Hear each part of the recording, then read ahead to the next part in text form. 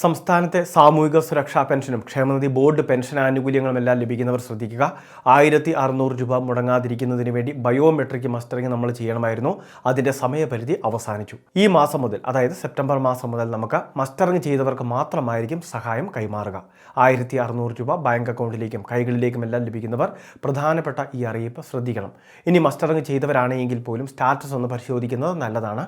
കാരണം സ്റ്റാറ്റസ് പരിശോധിക്കുമ്പോൾ ഈ മസ്റ്റർ ചെയ്തിട്ടുണ്ട് എന്നും ചെയ്ത തീയതിയും കാണാൻ സാധിക്കും. ചിലപ്പോൾ ചെയ്തു എന്ന് വിചാരിക്കുന്നവർ പോലും ചെയ്യാതിരിക്കുകയും അല്ലെങ്കിൽ മസ്റ്ററിംഗ് പരാജയപ്പെടുകയും ചെയ്യുന്ന സാഹചര്യങ്ങളുണ്ട്. അപ്പോൾ അങ്ങനെയുള്ളതുകൊണ്ട് സ്റ്റാറ്റസ് ഒന്ന് പരിശോധിക്കുന്നത് ഉചിതമാണ്. ഇനി അത് മാത്രമല്ല, പെൻഷൻ സാധാരണഗതിയിലുള്ള വിതരണമാണോ ഈ മാസവും നടക്കുക എന്നുള്ള കാര്യങ്ങൾ ചോദിച്ചിരുന്നു. ഈ മാസം സാധാരണ രീതിയിൽ തന്നെയുള്ള പെൻഷൻ വിതരണമാണ് നടക്കുന്നത്. 1600 രൂപ മാത്രമായിരിക്കും ലഭിക്കുക. എന്നാൽ ഇത് കൂടാതെ കുടിശ്ശികയുടെ ഒരു ഗഡു മാത്രമാണ് ഇനി ശേഷിക്കുന്നത്. സംസ്ഥാനത്ത് 5 ഗഡു ക്ഷേമ പെൻഷനോളം കുടിശ്ശിക ഈ അടുത്ത കാലത്ത് വരെ ഉണ്ടായിരുന്നു. എന്നാൽ ഇത് പല ഘട്ടങ്ങളിലായിട്ട് ഒരുമിച്ച് നൽകുകയും ചെയ്തു.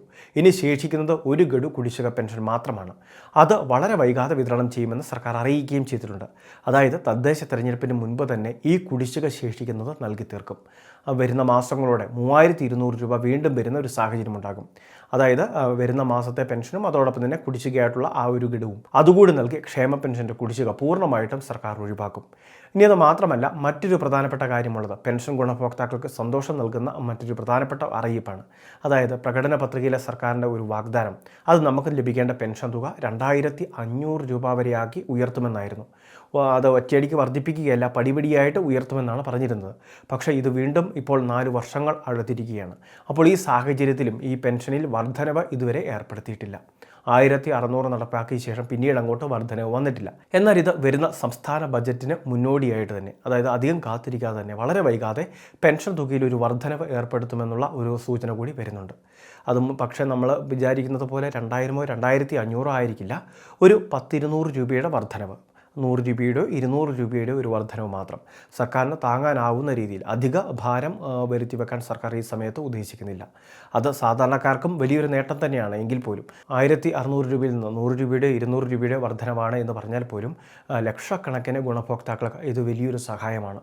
വലിയധികം തുക ഇപ്പോൾ ഏകദേശം പ്രതിമാസം 1000 കോടി രൂപയ്ക്ക് അടുത്ത് ഈ പെൻഷൻ വിതരണത്തിന് വേണ്ടി സർക്കാർ കണ്ടെത്തേണ്ടതുണ്ട്. അപ്പോൾ 100 രൂപയുടെ 200 രൂപയുടെ വർധനവ് വന്നു കഴിയുമ്പോൾ പിന്നീട് വീണ്ടും കോടിക്കണക്കിന് രൂപയുടെ ബാധ്യത കൂടി സർക്കാർ വരുത്തി വയ്ക്കുകയാണ്. പക്ഷേ ഇതെല്ലാം തന്നെ സാധാരണക്കാർക്ക് വലിയൊരു ആശ്വാസമായിട്ട് വിതരണം ചെയ്യുന്ന സ്കീം കൂടിയാണ്. പക്ഷേ ഇപ്പോൾ സർക്കാർ സ്വീകരിക്കുന്ന പുതിയ നടപടികൾ, അതായത് വലിയ ദൂർത്തുകൾ ഒഴിവാക്കി കൃത്യമായിട്ട് നൽകേണ്ട അല്ലെങ്കിൽ കൃത്യമായിട്ട് വികസനം എത്തിക്കേണ്ട മേഖലയ്ക്ക് മാത്രം പ്രാധാന്യം നൽകി അതോടൊപ്പം തന്നെ ആവശ്യമായിട്ടുള്ള മേഖലയ്ക്ക് മാത്രം പ്രത്യേക കൈത്താങ്ങാക പ്രഖ്യാപിച്ചുള്ള രീതിയാണ് ഇപ്പോൾ സർക്കാർ സ്വീകരിക്കുന്നത്. അതുകൊണ്ട് തന്നെ ജനങ്ങൾക്ക് അതിൻ്റെ ആനുകൂല്യങ്ങൾ ലഭിക്കുന്നുമുണ്ട്.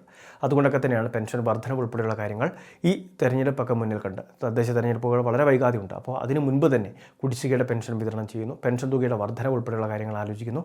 അപ്പോൾ ഇങ്ങനെയുള്ള കാര്യങ്ങൾ പെൻഷൻ ഗുണഭോക്താക്കൾക്ക് ആശ്വാസകരമായിട്ടുള്ള കുറച്ച് കാര്യങ്ങളാണ് ഈ സമയത്ത് വരുന്നത്. പെൻഷൻ തുക വിതരണം ഈ മാസത്തെ 25-ാം തീയതിക്ക് ശേഷമായിരിക്കും നടപ്പാകുക. വളരെ പ്രധാനപ്പെട്ട ഈ ഇൻഫർമേഷൻ എല്ലാവരും ഒന്ന് ശ്രദ്ധിക്കുക. ഇതുപോലുള്ള അറിയിപ്പുകൾ തുടർന്നും ലഭിക്കാൻ ചാനൽ മറക്കാതെ സബ്സ്ക്രൈബ് ചെയ്യുക, ഫോളോ ചെയ്യുക.